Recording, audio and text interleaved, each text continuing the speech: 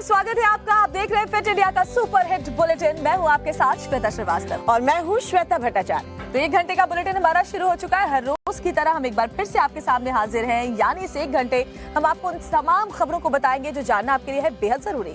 आज सोमवार है तो जाहिर सी बात है कुछ लोग ऑफिस जाने के लिए तैयारी कर रहे हैं, कुछ किचन में बिजी होंगे। हम आपसे यही कहेंगे कि देखिए थोड़ा सा वक्त तो अपने लिए जरूर निकालिए, हमारे साथ थोड़ी सी एक्सरसाइज कर लीजिए, चहलकदमी कर लीजिए, साथ ही साथ ये तमाम खबरें देख लीजिए जो आपके लिए जानना बेहद ही जरूरी है। तो अगले 1 घंटे के लिए बने रहिए हमारे साथ।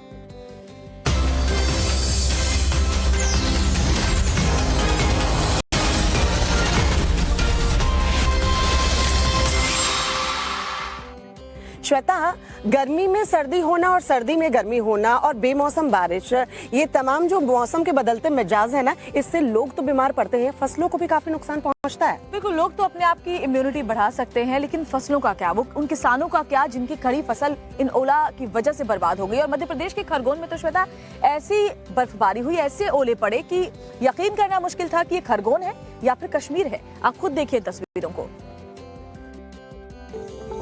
सड़क पर बर्फ जमी है, जहां तक नजर जा रही है सफेद नजारा देखने को मिल रहा है।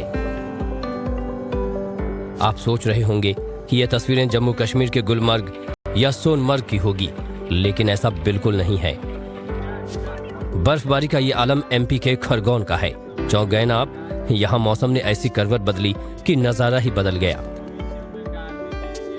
बेमौसम बरसात और ओले गिरने से किसानों की फसलों को भारी नुकसान पहुंचा है। काटी हुई फसल पानी में डूबी नजर आई। किसानों के लिए ये बर्फबारी सुकून नहीं बल्कि बेबसी और मायूसी लेकर आई है। अब इन तस्वीरों को देखिए। बारिश ने ऐसा रौद्र रूप दिखाया कि बाढ़ जैसे हालात बन गए। पानी मानो सब कुछ अपने साथ बहा ले जाने पर आमादा है। खेतों में गंगा, यमुना, सरस्वती बह रही हैं। तो बेचारे किसान बहुत ही निराश और मायूस हैं, और हो भी क्यों ना, उनकी पूरी मेहनत पर इस तरह से ओले पड़ने के बाद पानी फिर गया। और एक किसान तो इतना परेशान हुआ मध्य प्रदेश में श्वेता कि उसने खुदकुशी कर ली। हालांकि सरकार बार बार ये कह रही है कि किसान परेशान ना हो, उनके नुकसान की भरपाई हम करेंगे। लेकिन श्वेता, किसान सरकार के तो कथनी और करनी में फर्क होता है। देखिए, किसानों को जब तक मुआवजा न मिल जाए तब तक ये सिर्फ बातें ही होती हैं। यही वजह है कि किसान परेशान भी होते हैं, क्योंकि इस बार तो कई राज्यों में बारिश और ओलावृष्टि हुई है। कई किसानों को कह सकते हैं कि नुकसान पहुंचा है। रिपोर्ट देखिए। तेज हवाएं और मूसलाधार बारिश, जोरदार बारिश के साथ ओलावृष्टि। ये नज़ारा किसी पहाड़ी इलाके का नहीं बल्कि यूपी के सोनभद्र का है। बिना मौसम के इंद्र देवता इतने मेहरबान हुए कि लोग मौसम की बदली फिजा को देखकर हैरान रह गए। ऐसा मौसम वो भी मार्च के महीने में पहले शायद ही किसी ने देखा हो। जहां तक नजर गई सिर्फ बर्फ की सफेद चादर नजर आई। बर्फबारी ने पूरी जमीन को आगोश में ले लिया। सड़कों पर बदरा ऐसे बरसे कि कर्फ्यू जैसे हालात देखने को मिले। शोर सुनाई दिया तो सिर्फ बारिश का। राजस्थान के करौली और जालौर में भी बारिश का रौद्र रूप देखने को मिला। अलवर, भीलवाड़ा, रेवाड़ी में बारिश के साथ जमकर ओलावृष्टि देखने को मिली। एमपी के छतरपुर और भोपाल में मौसम ने करवट ली और तेज हवा के साथ बारिश ने माहौल खुशनुमा कर दिया। देहरादून, हरिद्वार और शिमला में हुई बारिश से तापमान में गिरावट देखने को मिली। हालांकि लोग इस मौसम का लुत्फ उठाते नजर आए। पंजाब के जालंधर में सड़कें पानी में डूबी नजर आईं तो मुंबई में बारिश ने रफ्तार पर ब्रेक लगा दी। देश के कई राज्यों में अगले 1 से 2 दिन तक मौसम का ऐसा ही रुख देखने को मिल सकता है। तो श्वेता, बारिश जो बेमौसम हुई है और ओलावृष्टि हुई है, उसकी मार तो देखिए राजस्थान में भी देखने को मिली, मध्य प्रदेश में भी देखने को मिली, महाराष्ट्र में भी देखने को मिली है। और आज भी देखिए मौसम कुछ खास अच्छा नहीं है। लग रहा है कि जैसे बारिश हो सकती है। अब बारिश की मार तो फिर भी फसल झेल ले, लेकिन ओलावृष्टि से कैसे बचा जाए? और यही वजह है कि ओलावृष्टि की वजह से ज्यादा नुकसान हुआ है। और पहाड़ी इलाकों की बात करें तो ऐसे मौसम की वजह से दुर्घटनाएं भी बढ़ती हैं। देहरादून चक्राता मार्ग में टॉन्स नदी में एक कार जा गिरी और इसकी वजह से कार में सवार 4 लोगों की मौके पर ही मौत हो गई। देखिए इस रिपोर्ट में खबर।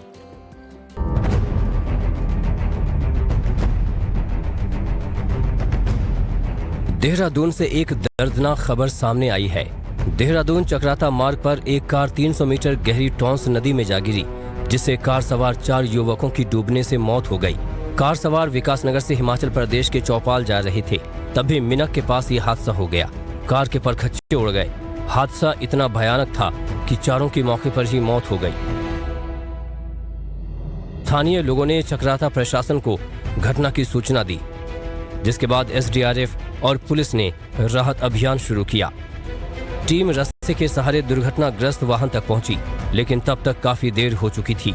कार सवार चारों युवाओं की मौत हो चुकी थी। शवों को काफी मशक्कत के बाद बाहर निकाला गया। मृतकों के नाम अमरजीत ठाकुर, संदीप, प्रवीण और मोहित हैं, जो कि हिमाचल के चौपाल के रहने वाले थे। हादसा इतना भयानक था कि ये जो गाड़ी है 300 मीटर गहरी नदी में जा गिरी और उसके बाद लोगों ने बहुत बचाने की कोशिश की। गोताखोरों की टीम भी वहां पर पहुंची, लेकिन किसी को भी बचाया नहीं जा सका इन चारों में। हालांकि पुलिस की कार्रवाई देखिए अलीगढ़ में भी देखने को मिली है। यहाँ कब्रिस्तान की दीवार को लेकर श्वेता, बीजेपी और समाजवादी पार्टी के कार्यकर्ता किस तरीके से आमने सामने भिड़ गए, रिपोर्ट में दिखाते हैं, देखिए जरा। अलीगढ़ में कब्रिस्तान की दीवार को लेकर विवाद इतना बढ़ा कि समाजवादी पार्टी और बीजेपी के कार्यकर्ता आमने सामने आ गए। मामला रोरावर थाना क्षेत्र का है, जहां शाह जमाल कब्रिस्तान की दीवार के निर्माण को लेकर एक बार फिर विवाद खड़ा हो गया। दोनों ही पक्ष दिल्ली गेट थाने पहुंचे थे। इस दौरान समाजवादी पार्टी के पूर्व विधायक जमीर उल्लाह ने बीजेपी कार्यकर्ताओं पर मारपीट करने और जान से मारने की कोशिश करने का आरोप लगाया है। इस मामले में पुलिस के पास शिकायत दी गई है और अग्रिम कार्रवाई के लिए 21 तारीख को बुलाया गया है। दोनों पक्षों को 21 तारीख को जो भी उसके कागजात हैं वो देख के अग्रिम कार्रवाई इसमें की जाएगी। भारतीय जनता पार्टी के सैकड़ों कार्यकर्ताओं ने थाना दिल्ली गेट का घेराव किया और जमकर नारेबाजी की। इस दौरान आसपास के इलाकों की दुकानों को भी बंद करा दिया गया। फिलहाल मौके पर भारी तादाद में फोर्स तैनात की गई है। जब 99 और 2003 का जो फैसला था कि नव निर्माण नहीं होगा, 1 महीने पूर्व हुआ और अभी भी दीवार पर गुंबद खड़ी की जा रही है। दरअसल शाह जमाल में एक कब्रिस्तान को लेकर विवाद दशकों पुराना है। साल 1999 में प्रशासन के साथ दोनों पक्षों का समझौता हुआ था, जिसके मुताबिक कोई भी कब्रिस्तान पर निर्माण नहीं कराएगा। 2003 में इस विवाद को लेकर दंगा तक हो चुका है। 1 महीने पहले भी इस कब्रिस्तान पर वहां के मुतवल्ली की तरफ से दीवार के निर्माण की कोशिश की गई थी, जिसको प्रशासन ने रुकवा दिया था और मुतवल्ली मुवीन के खिलाफ मामला भी दर्ज किया गया था। तो देखा किस तरीके से कब्रिस्तान की दीवार को लेकर कार्यकर्ता जो है आमने सामने भिड़ गए हैं। 24 साल से बताया जा रहा है श्वेता, इस दीवार को लेकर विवाद चल रहा है। 1999 से दीवार बनाने पर रोक भी लगी हुई थी। बावजूद इसके देखिए किस तरीके से कब्रिस्तान की दीवार बनाने की कोशिश की गई, जिसके बाद इतना हंगामा हुआ। हंगामा सदन के अंदर भी होने के पूरे आसार हैं, क्योंकि बीजेपी राहुल गांधी से माफी मांगने की मांग कर सकती है। इसके अलावा किसान संगठन भी दिल्ली कूच करने की पूरी तरीके से तैयारी में है। देश में और क्या कुछ हलचल है, सिर्फ 2 मिनट में। दिल्ली शराब घोटाले में बीआरएस नेता कविता की आज फिर ईडी के सामने पेशी है। कविता को 16 मार्च को ईडी के सामने पेश होना था, लेकिन कविता हाजिर नहीं हुई थी। 11 मार्च को ईडी के अधिकारियों ने कविता से करीब 9 घंटे तक पूछताछ की थी। कविता पर आरोप है कि वो दिल्ली के शराब नीति घोटाले में उस साउथ ग्रुप की अहम किरदार हैं जिसने विजय नायर को 100 करोड़ का किक बैक दिया, जिसके बाद एक्साइज पॉलिसी में बदलाव किया गया। राहुल गांधी को लेकर संसद में सियासत चरम पर है। कांग्रेस की मांग है कि राहुल को सदन में बोलने दिया जाए, तो बीजेपी का कहना है कि पहले राहुल अपने बयान पर माफी मांगे। सदन की बैठक शुरू होने से पहले आज भी विपक्षी दलों और सरकार की अलग अलग बैठक है। इस बीच राहुल ने दिल्ली पुलिस के नोटिस पर जवाब दाखिल करने के लिए 8 से 10 दिन का समय मांगा है।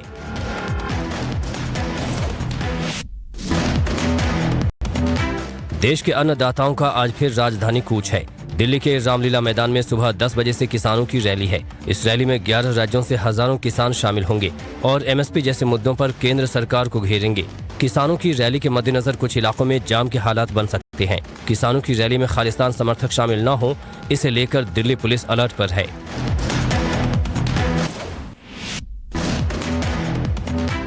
ज्ञानवापी श्रृंगार गौरी केस में आज बड़ा दिन है। आज केस से जुड़े 7 मुकदमों को एक साथ सुने जाने की याचिका पर फैसला आ सकता है। जिला जज अजय कृष्ण विश्वेश इस मामले पर फैसला सुनाएंगे। श्री गौरी केस में 4 महिला याचिकाकर्ताओं ने ये याचिका दायर की है और सभी याचिकाओं को क्लब करने की मांग की गई है। जम्मू कश्मीर में संदिग्ध 315 कॉन्ट्रैक्टर पर सरकार ने बड़ा एक्शन लिया है। सरकार ने 345 ठेकेदारों को ब्लैक लिस्ट में डाल दिया है। इन ठेकेदारों को अब कोई भी सरकारी कॉन्ट्रैक्ट नहीं मिलेगा। सरकार ने यह फैसला इसके बारे में मिली इंटेलिजेंस रिपोर्ट के बाद किया है, जिसमें इन ठेकेदारों को लेकर प्रतिकूल टिप्पणी की गई थी। तो देश में कई सियासी मुद्दों को लेकर के रार छिड़ी हुई है और देखिए संसद से लेकर सड़क तक इस तरह से बवाल मचा हुआ है। इधर पंजाब में भी अमृतपाल को लेकर के संग्राम छिड़ा हुआ है, जहां इंटरनेट सेवा बंद कर दी गई है और पुलिस फ्लैग मार्च कर रही है। अमृतपाल गृह मंत्री अमित शाह को धमकियां दे रहा था। वो भिंडरावाला के नक्शे कदम पर चलने की कोशिश कर रहा था। आनंदपुर खालसा फोर्स वो तैयार कर रहा था, लेकिन देखिए किस तरीके से पुलिस ने उसके तमाम मंसूबों पर पानी फेर दिया। अमृतपाल और उसके संगठन वारिस पंजाब डे के खिलाफ शिकंजा कस गया है। रविवार को पूरे दिन पंजाब पुलिस उसकी तलाश में छापेमारी करती रही। हालांकि वो चकमा देकर भागने में कामयाब हो गया। डीआईजी का कहना है कि पूरे गैंग को इंटरसेप्ट किया गया है। अमृतपाल भी जल्द शिकंजे में होगा। 10 लोग गिरफ्तार हुए हैं, वेपन्स रिकवर हुए हैं, इलीगल वेपन्स कोई 7 के करीब, 300 से ज्यादा राउंड्स मिले हमें और बाकी इन्वेस्टिगेशन जारी है। क्या लगा सर, कहाँ है अमृतपाल इस वक्त? क्या किस तरह से रेड कर रहे हैं? जल्दी गिरफ्तार होगा। खुफिया रिपोर्ट में अमृतपाल के बारे में सनसनीखेज खुलासा हुआ है। रिपोर्ट के मुताबिक वो भिंडरावाले के नक्शे कदम पर आगे बढ़ रहा था। भिंडरावाले टाइगर फोर्स की तरह उसने आनंदपुर खालसा फोर्स बना रखी थी। भिंडरावाले की तरह वो प्राइवेट फौज के जरिए मनमानी का प्लान बना रहा था। पाकिस्तानी खुफिया एजेंसी ISI से भी अमृतपाल का लिंक सामने आया है। इंटेलिजेंस बेस्ड ऑपरेशन है एंड इस टाइम पे ये चीज मैं शेयर नहीं कर पाऊंगा। कोई पाकिस्तान के नाल भी लिंक है इन्हां दे? पाकिस्तान नाल लिंक है जी। किस तरीके नाल लिंक है? कुछ रिपोर्ट्स में कहा गया कि ISI कनेक्शन है, तो है वो। अमृतपाल के घर से AKF मार्क वाली जैकेट्स बरामद हुई हैं। घर के गेट पर भी AKF लिखा है। पूरे पंजाब में पुलिस का सर्च ऑपरेशन जारी है। फेक खबरें रोकने और शांति कायम रखने के लिए पुलिस लगातार फ्लैग मार्च कर रही है। पंजाब में इंटरनेट सेवाएं आज दोपहर तक बंद हैं। दरअसल पंजाब सरकार ने अमृतपाल को जो है भगोड़ा घोषित कर रखा है और पुलिस जगह जगह छापेमारी कर रही है उसकी तलाश में। एक तरफ उसके पिता और वकील का ये दावा है कि अमृतपाल के एनकाउंटर करने की साजिश जो है वो पुलिस रच रही है। और देखिए 1 साल पहले ही दुबई से हिंदुस्तान आया था ये अमृतपाल और उसके बाद आते ही वो पंजाब देवारी संगठन का मुखिया बन बैठा और साथ ही साथ सरकार को खुलेआम चुनौती भी अमृतपाल देने लगा। चलिए आपको दिखाते हैं खालिस्तानी आतंकी के इस गुर्गे की पूरी कुंडली। अमृतपाल कई तरह के गैर कानूनी और देश विरोधी काम में लिप्त रहा है। ड्रग्स तस्करी और पाकिस्तान से अवैध हथियार तस्करी में भी उसका नाम सामने आया है। टेरर फंडिंग पर इंटेलिजेंस की रिपोर्ट के आधार पर ही उसके खिलाफ कार्रवाई हुई है। सूत्रों के मुताबिक नशा मुक्ति केंद्रों की आड़ में अमृतपाल युवाओं को आत्मघाती हमलों के लिए तैयार कर रहा था। अमृतपाल सिंह को UK बेस्ड खालिस्तानी आतंकी अवतार सिंह खंडा का खास गुर्गा बताया जा रहा है। दुबई में अमृतपाल की ISI समर्थित खालिस्तानी आतंकियों से मुलाकात हुई थी। अमृतपाल के साथ उसका चाचा हरजीत सिंह और 2 करीबी साथी भी फरार हैं। आखिरी बार महतपुर में पुलिस का अमृतपाल से सामना हुआ था। उसकी कार को टक्कर भी लगी थी। रविवार को पुलिस ने अमृतपाल की 2 और गाड़ियां रिकवर की हैं। एक गाड़ी में वॉकी टॉकी मिला है। हालांकि अमृतपाल के पिता और उसके वकील का दावा है कि पुलिस ने उसे गिरफ्तार कर लिया है। वकील ने हाईकोर्ट में इसको लेकर याचिका भी दायर की है, जिस पर मंगलवार को सुनवाई होगी। अमृतपाल सिंह का जो है फेक एनकाउंटर किया जा सकता है और उसके रिगार्डिंग है और हमें ये भी इस चीज का भी खदशा है, भी फॉल्स केसेस में झूठा एविडेंस बना के, जैसे कि मीडिया चल रहा है, ISI के साथ लिंक है। अमृतपाल के साथ करीबियों को 4 दिन के पुलिस रिमांड पर भेजा है। पुलिस ने 10 और लोगों को गिरफ्तार किया है। 7 अवैध असलहा और 300 बुलेट बरामद की गई है। पंजाब के IG सुखचैन सिंह ने लोगों से शांति बनाए रखने की अपील की है। तो देखिए एक तरफ जहां अमृतपाल पर पंजाब पुलिस और साथ ही साथ जांच एजेंसियों का शिकंजा कस रहा है, वहीं लंदन में भारतीय दूतावास पर खालिस्तान समर्थकों ने हमला बोल दिया। वाकई में ये बड़ी बात है, दूतावास पर हमला किया गया है। दूतावास की सुरक्षा को लेकर सवाल उठ रहे हैं और इसलिए भारतीय विदेश मंत्रालय ने कड़ा रुख अपनाया है। ब्रिटिश उच्चायुक्त को तलब किया गया है। रिपोर्ट देखिए। अमृतपाल को पंजाब सरकार ने भगोड़ा घोषित कर दिया है। उसे पकड़ने के लिए छापेमारी जारी है। दूसरी तरफ विदेश में बैठे खालिस्तानी समर्थकों ने मोर्चा खोल दिया है। अमृतपाल और उसके संगठन पर कार्रवाई के खिलाफ लंदन में भारतीय उच्चायोग पर हमला किया गया। खालिस्तानी चरमपंथियों ने उच्चायोग में तोड़फोड़ की और तिरंगे का अपमान किया। भारत में ब्रिटेन के उच्चायुक्त ने घटना की निंदा की है। ब्रिटिश उच्चायुक्त एलेक्स एलिस ने ट्वीट किया है कि मैं भारतीय उच्चायोग के लोगों और परिसरों के खिलाफ जो शर्मनाक कृत्यों की निंदा करता हूं, ये पूरी तरह अस्वीकार्य है। भारत ने भी यूके के हाई कमीशन को समन कर उच्चायोग की सुरक्षा को लेकर जवाब मांगा है। विदेश मंत्रालय के प्रवक्ता ने इसकी जानकारी दी है। भारतीय उच्चायोग की सुरक्षा में ढील सवाल खड़े करती है। और देखिए एक बड़ी खबर जो इस वक्त आ रही है श्वेता, किस तरीके से तिरंगे से जवाब दिया जा रहा है खालिस्तानियों को। जी हाँ, लंदन में भारतीय उच्चायोग ने तिरंगा फहराया है। किस तरीके से वहां दूतावास पर हमला किया गया है, जिसका जवाब भारतीय दूतावास ने इस तरीके से दिया गया है कि तिरंगा फहराया गया है। बताया गया है कि देखिए हम भारतीय हैं और हम डरने वाले नहीं हैं। आप खालिस्तान की मांग कर सकते हैं, आप उसके समर्थक हो सकते हैं, लेकिन देखिए भारत की तरफ से किस तरीके से करारा जवाब दिया गया है। उच्चायोग की बिल्डिंग पर तिरंगा फहराया गया। कल खालिस्तानियों ने तिरंगे का अपमान किया था, उच्चायोग की बिल्डिंग से तिरंगे को हटाया गया था, हमला किया गया था और एक बार फिर से तिरंगा फहराकर उन खालिस्तानी समर्थकों को जवाब दिया गया है कि हम भारतीय झुकेंगे नहीं। और जाहिर सी बात है, इसलिए भारतीय विदेश मंत्रालय ने कड़ा रुख भी अपनाया है, क्योंकि ये भारतीय दूतावास की सुरक्षा को लेकर सवाल जो है उठ खड़े हुए हैं। और किस तरीके से उन खालिस्तानी समर्थकों को ये जवाब है जिन्होंने तिरंगा हटाया था, तिरंगे की अपमान की थी और भारतीय दूतावास पर हमला किया था, कि तिरंगा दोबारा से वहां फहराया गया। और सबसे बड़ा सवाल है कि अमृतपाल इतना शक्तिशाली कैसे हो गया कि इसके इतनी बड़ी तादाद में हजारों समर्थक इस तरह से इकट्ठा हो गए। और इसीलिए ये चर्चा का विषय है कि आखिर उसको फंडिंग कौन कराए। लेकिन चर्चा इस बात को लेकर के भी हुई कल श्वेता, जब मनसा में सिद्धू मूसेवाला के जो पिता है उन्होंने एक बड़ी बात कही। उन्होंने ये कहा कि अगर पंजाब में मुख्यमंत्री योगी आदित्यनाथ होते तो उनके बेटे का मर्डर नहीं होता। देखिए रिपोर्ट। अपराधियों के खिलाफ सीएम योगी के एक्शन की चर्चा अब दूसरे राज्यों में भी हो रही है। पंजाबी गायक और कांग्रेस के दिवंगत नेता सिद्धू मूसेवाला के पिता बलकौर सिंह ने उत्तर प्रदेश के मुख्यमंत्री योगी आदित्यनाथ की तारीफ की है। बेटे की बरसी के मौके पर उन्होंने कहा कि योगी सरकार ने यूपी में गैंगस्टरों और अपराधियों को जमींदोज कर दिया है। बलकौर सिंह ने कहा कि अगर योगी पंजाब में होते तो उनके बेटे की हत्या नहीं होती। तो असी अज जोगी नूं याद करन लग गए। मैं गारंटी करदा लोक सभा दे इलैक्शन होणगे, तुसी जोग जी नां ते वोटां पाउण लई मजबूर हो जाओगे। तुसी कहोगे यूपी साफ है, वो सानू की हो गया, असी किहड़े रस्तियां ते पै गए। मूसेवाला के पिता यहीं नहीं रुके। उन्होंने कहा कि उत्तर प्रदेश पंजाब की तुलना में ज्यादा तरक्की कर रहा है, इसी वजह से लोग योगी को पसंद कर रहे हैं। बलकौर सिंह ने कहा कि पंजाब की आम आदमी पार्टी सरकार में हिम्मत नहीं थी कि अमृतपाल मामले में एक्शन ले पाती। गृह मंत्री अमित शाह के कहने पर एक्शन हुआ है। आ सरकार तो आप बिल्कुल पंजाब गहने करता दिल्ली कोले, तो मेरी गल मान लो, इन्हां कोले किसी मंत्री कोले ना सीएम कोले इन्नी पावर नहीं भी किसी गल ते खुल के फैसला ले लेना। आ जिहड़ा अज कल दा वरतारा देखिया भी अमित शाह ने थापड़ा दिता, माड़ा जिहा भी कर ला कुछ नहीं हुंदा, ये भी नहीं होना सी नहीं। सिद्धू मूसेवाला की पहली बरसी समागम का आयोजन रविवार को मानसा की अनाज मंडी में किया गया था, जिसमें राजनीतिक पार्टियों के नेताओं के अलावा धार्मिक लोगों ने भी हिस्सा लिया। दरअसल पंजाब में जो माफिया हैं, गैंगस्टर्स हैं, उनका जो एक्शन है वो चरम पर है। ऐसा लगता है कि पुलिस उनके आगे बिल्कुल बेबस नजर आती है। लॉरेंस बिश्नोई जैसे जो गैंगस्टर हैं वो जेल के अंदर बैठ करके ही कॉन्ट्रैक्ट किलिंग कर रहे हैं। और एक्चुअली कहा जा रहा है कि उत्तर प्रदेश की तरह पंजाब में भी बुलडोजर एक्शन की सख्त जरूरत है।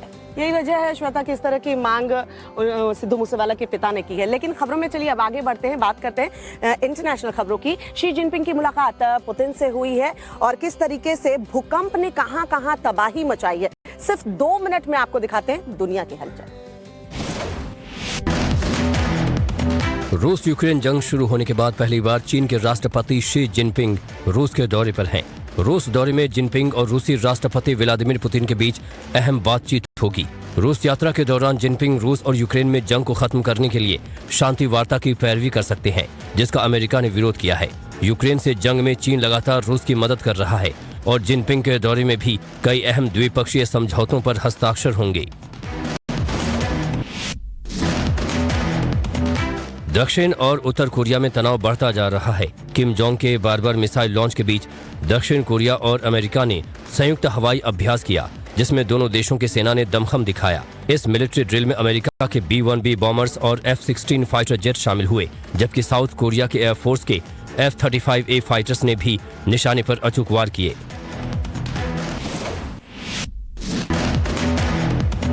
एक्वाडोर में विनाशकारी भूकंप के बाद हर ओर तबाही का मंजर है। अब तक 15 लोगों की मौत की पुष्टि हो चुकी है, जबकि कई लोगों के मलबे में फंसे होने की आशंका है।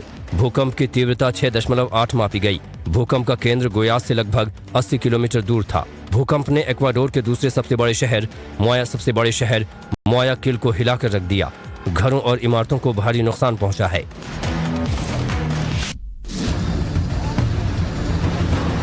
सड़कों पर आंसू गैस के गोले छोड़े जा रहे हैं, जमकर हंगामा हो रहा है। भारी पुलिस बल तैनात है और प्रदर्शनकारी पुलिस से भिड़ रहे हैं। ये तस्वीरें फ्रांस की राजधानी पेरिस से आई। पेरिस में राष्ट्रपति इमैनुअल मैक्रों के खिलाफ हो रहे प्रदर्शन दिन ब दिन उग्र होते जा रहे हैं। दरअसल ये प्रदर्शन फ्रांसीसी सरकार के पेंशन स्कीम की उम्र बढ़ाने के फैसले के खिलाफ हो रहे हैं।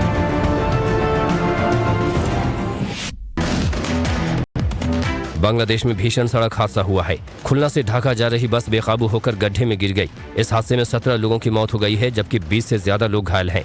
बांग्लादेश की हाईवे पुलिस के मुताबिक बस तेज रफ्तार में थी और जब ये शिवचार इलाके में पहुंची तभी बेकाबू होकर गड्ढे में गिर गई। रेस्क्यू में जुटे जवानों ने बस से 14 लोगों के शव निकाले। 3 लोगों की मौत अस्पताल में हो गई। तो दुनिया की तमाम बड़ी खबरें आपने देखी और चलिए अब बात करते हैं बॉलीवुड के दबंग खान सलमान खान की। सलमान खान को जब धमकी दी गई थी, वो इंटरव्यू सामने आया था जब लॉरेंस बिश्नोई का इंटरव्यू साफ जिसमें वो खुलेआम कहता हुआ नजर आ रहा था कि सलमान खान को वो नहीं छोड़ेगा। लेकिन इसके बाद अब उसके गुर्गे ने एक मेल भेज करके फिर से सलमान खान को धमकाया है और यही वजह है कि सिक्योरिटी भी सलमान खान की बढ़ाई जा रही है। पूरा अपडेट आपको दिखाते हैं इस खबर का। बॉलीवुड सुपरस्टार सलमान खान को एक बार फिर जान से मारने की धमकी दी गई है। ये धमकी जेल में बंद लॉरेंस बिश्नोई गैंग ने दी है। सलमान खान के मैनेजर और करीबी दोस्त जॉडी पटेल प्रशांत गुंजालकर को कई मेल भेजकर धमकाया गया है। मेल में लिखा गया है कि गोल्डी भाई को बात करनी है तेरे बॉस सलमान से। लॉरेंस बिश्नोई का इंटरव्यू देखा होगा, नहीं देखा हो तो बोल देना देख लेगा। मैटर क्लोज करना है तो बात करवा देना, फेस टू फेस करना हो तो बता देना। अभी टाइम रहते बता दिया है, अगली बार झटका ही देखने को मिलेगा। धमकी भरे सभी मेल मोहित गर्ग की आईडी से भेजे गए हैं। सलमान के मैनेजर ने बांद्रा थाने में गोल्डी बराड़ और लॉरेंस बिश्नोई के खिलाफ शिकायत दर्ज कराई है। इससे पहले 22 जून को भी सलमान खान को चिट्ठी लिखकर सिद्धू मूसेवाला की तरह मारने की धमकी दी गई थी, जिसको लेकर भी शिकायत बांद्रा पुलिस स्टेशन में दर्ज है। धमकी के बाद सलमान खान की सुरक्षा और कड़ी कर दी गई है। पुलिस मेल भेजने वाले की जांच कर रही है। बड़ी खबर आ रही है वो हम आपको बता दें। कोलंबिया में सेना का हेलीकॉप्टर क्रैश होने की खबर जो है वो मिल रही है, जहां हेलीकॉप्टर क्रैश का वीडियो जो है वो सामने आया है। एक रिहायशी इलाके में हेलीकॉप्टर जो है वो गिरा है, ये बताया जा रहा है। जानकारी मिल रही है कि हादसे में 2 लोगों की मौत भी हुई है। सेना के लिए सामान की सप्लाई ये हेलीकॉप्टर जो है वो करने के लिए जा रहा था, उसी दौरान ये हादसा हुआ है और वीडियो जो है वो सामने आया है और इस पूरे हादसे में 2 लोगों की मौत की खबर भी मिल रही है। फिर बड़ी खबर, देखते ही देखते हेलीकॉप्टर हवा में चक्कर काटते हुए नीचे की ओर गिरने लगा। तस्वीरें आप देख रहे हैं। महज कुछ ही मिनट के भीतर ये हेलीकॉप्टर जमीन पर गिर गया। अब हादसे के बाद रेस्क्यू ऑपरेशन किया जा रहा है। कोलंबिया के राष्ट्रपति ने हादसे पर दुख भी जाहिर किया है। 2 लोगों की मौत की खबर इस हादसे में हो रही है।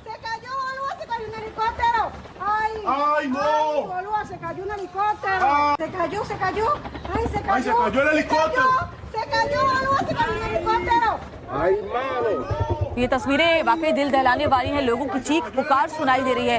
ये वीडियो देखिए कैसे कुछ ही मिनटों के अंदर ये क्रैश हो गया और जिसके बाद जो घायल है उन्हें अस्पताल पहुंचाने के लिए रेस्क्यू ऑपरेशन जारी है। तो ये बड़ी खबर हमने आपको कोलंबिया से बताई और चलिए अब रुख करते कुछ और खबरों का। लॉरेंस बिश्नोई गैंग की बात करते हैं, जिनको लेकर पुलिस और सुरक्षा एजेंसी जो है वो फेल नजर आ रही है, क्योंकि उसके गुर्गे जो हैं जेल के भीतर वो है फिर भी एक्टिव नजर आ रहे हैं। सलमान खान को धमकी दे रहा है, तो जाहिर सी बात है लॉरेंस बिश्नोई गैंग के जो गुर्गे हैं वो राजस्थान, मध्य प्रदेश, MP तक फैले हुए हैं। विदेशों तक इसके कनेक्शन नजर आ रहे हैं। श्वेता, किस तरीके से यहाँ पर देखिए राजस्थान पुलिस ने जो है एक्शन लिया है इनके गुर्गों के ऊपर, बड़ा एक्शन। और जब तक ये पूरा का पूरा नेटवर्क खत्म नहीं होता है तब तक बहुत ही मुश्किल होगा इन गैंगस्टर के नेक्सस को खत्म करना। क्या एक्शन अभी और लिया गया है वो आपको इस रिपोर्ट में दिखा देते हैं। पुलिस की गिरफ्त में बैठे ये सभी राजस्थान के शातिर गैंगस्टर हैं। पंजाब में गैंगस्टर के खिलाफ एक्शन के बाद राजस्थान पुलिस भी नींद से जागी है। रविवार को 5 घंटे में 7 जिलों में ताबड़तोड़ छापेमारी कर पुलिस ने 652 बदमाशों को गिरफ्तार किया है। बीकानेर, चूरू, गंगानगर, हनुमानगढ़, उदयपुर, जोधपुर और कोटा जिलों में ताबड़तोड़ कार्रवाई की गई है। 7 जिलों के एसपी और 2920 पुलिसकर्मी इस रेड में शामिल हुए और 350 ठिकानों पर दबिश दी गई। गिरफ्तार ज्यादातर बदमाश आनंद पाल और लॉरेंस गैंग के गुर्गे हैं। इसमें आर्म्स एक्ट में 8 मुकदमे दर्ज किए गए हैं, एनडीपीएस में दर्ज किया गया है, एक्साइज एक्ट में कार्रवाई की गई है और वारंटी को भी पकड़ा गया है। इस तरह की कार्रवाई निरंतर जारी रहेगी अलग अलग फील्ड्स में। जहां जहां अपराधियों की जो भी मूवमेंट है उसको चेक करने के लिए हम सब लोग एक्टिवली काम करते रहे। आनंद पाल के साथी राजू के पास से पुलिस को 6 पिस्टल और 44 बुलेट बरामद हुई हैं। एक बुलेट प्रूफ जैकेट भी मिली है। श्री गंगानगर से लॉरेंस के करीबी कुलजीत राणा और आशीष बिश्नोई को पकड़ा गया है। लॉरेंस गैंग के 22 बदमाशों को श्री गंगानगर से, कोटा से 247 और जोधपुर से 100 बदमाशों को गिरफ्तार किया गया है। बदमाशों के पास से कई हथियार और ड्रग्स बरामद हुए हैं। तो रविवार के राजस्थान के कई जिलों में ताबड़तोड़ छापेमारी की गई, जिसमें 652 अपराधियों को पकड़ा गया और ये भी पता चला है श्वेता कि लॉरेंस बिश्नोई गैंग का जो कनेक्शन है वो आतंकियों से भी है। जाहिर सी बात है, देखिए कहां तक कनेक्शन है। कनेक्शन की बात चली है श्वेता, तो बता दूं उमेश पाल हत्याकांड में शूटर्स जो हैं जिनकी गिरफ्तारी के लिए देखिए छापेमारी हो रही है, उनके कनेक्शन सियासी भी अब सामने आ रहे हैं। बताया जा रहा है अतीक के बेटे अली के साथ विधानसभा चुनाव के दौरान जो है शूटर साबिर को और गुड्डू मुस्लिम को देखा गया है। तो जाहिर सी बात है अब सवाल उठेंगे। प्रयागराज में हुए उमेश पाल हत्याकांड को लेकर पुलिस प्रशासन एक्शन में है। आरोपियों के ठिकानों पर बुलडोजर एक्शन ताबड़तोड़ जारी है। आज भी पीडीए की टीम शूटर गुड्डू मुस्लिम और गुलाम के घरों पर बुलडोजर की कार्रवाई कर सकती है। माना जा रहा है कि रमजान शुरू होने से पहले पुलिस बड़ा एक्शन ले सकती है। वहीं अतीक के गुर्गे का एक और वीडियो वायरल हो रहा है, जिसमें अतीक के शूटर साबिर और गुड्डू मुस्लिम नजर आ रहे हैं। 2022 के विधानसभा चुनाव के प्रचार के दौरान का ये वीडियो बताया जा रहा है। शूटर के साथ अतीक का बेटा अली भी मौजूद है। दोनों शूटरों पर पुलिस ने 5 लाख रुपए का इनाम रखा है। वहीं उमेश पाल शूटआउट में पुलिस को बड़ी कामयाबी हाथ लगी है। पुलिस ने उस मिस्ट्री गर्ल का पता लगा लिया है जो वारदात के वक्त बेखौफ अंदाज में वीडियो बना रही थी। सूत्रों के मुताबिक वीडियो बनाने वाली ये लड़की प्रयागराज के सिविल लाइंस इलाके की रहने वाली है। फिलहाल पुलिस लड़की से पूछताछ में जुटी है। बताया जा रहा है कि इस लड़की के तार घटना में शामिल एक शूटर से जुड़े हैं। पुलिस इस बात का पता लगाने में जुटी है कि ये लड़की किसके इशारे पर वारदात का वीडियो बना रही थी।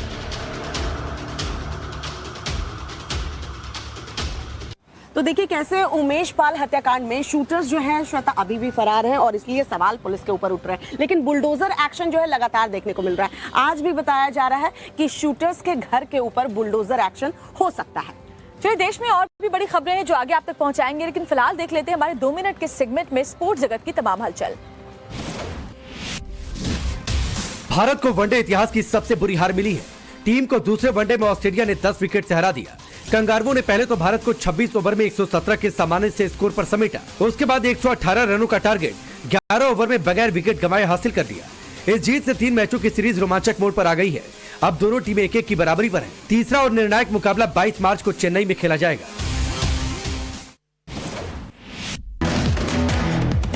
टीम इंडिया की हार में सभी बल्लेबाज जिम्मेदार हैं, लेकिन लगातार 2 मैचों में खाता नहीं खोल सके सूर्य कुमार यादव सबके निशाने पर हैं। लेकिन कप्तान रोहित शर्मा ने सूर्य का बचाव किया है। रोहित ने मैच के बाद कहा कि सूर्य कुमार यादव काफी प्रतिभाशाली खिलाड़ी हैं और अभी उन्हें लगातार चौथे नंबर पर मौके दिए जाएंगे। सूर्य कुमार पिछले 16 मैच में एक बार भी हाफ सेंचुरी का आंकड़ा नहीं छू पाए हैं। जापान के नोमी में आयोजित एशियाई 20 किलोमीटर रेस वॉकिंग चैंपियनशिप में विकास सिंह और परमजीत बिष्ट ने पेरिस ओलंपिक के लिए क्वालिफाई कर लिया। मेंस ओपन कैटेगरी में विकास और परमजीत ने ओलंपिक के साथ ही दोनों ने वर्ल्ड चैंपियनशिप में भी अपनी जगह तय कर ली है। तो वहीं भारत के अक्षयदीप सिंह ने गोल्ड जीता, जबकि प्रियंका गोस्वामी ने विमेंस कैटेगरी में ब्रॉन्ज जीता। पंजाब के एथलीट गुरमीत सिंह दूसरी बार चैंपियनशिप में गोल्ड हासिल किए। वर्ल्ड बॉक्सिंग चैंपियनशिप में निखत जरीन का शानदार फॉर्म जारी है। निखत ने टूर्नामेंट में टॉप रैंकिंग वाली अल्जीरिया के मुक्केबाज को धूल चटा दी। 50 किलो कैटेगरी में निखत ने अल्जीरिया के मुक्केबाज को 5-0 से हराया। अब प्री क्वार्टर फाइनल में निखत का मुकाबला मैक्सिको की फातिमा से होगा। निखत के अलावा भारत की मनीषा भी प्री क्वार्टर फाइनल में पहुंच गई हैं।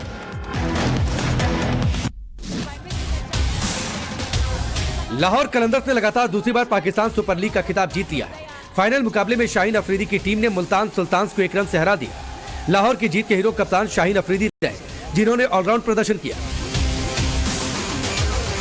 Shaheen Afridi player of the match रहे। लाहौर ने पिछली बार भी मुल्तान को ही पराजित कर ट्रॉफी पर कब्जा किया था।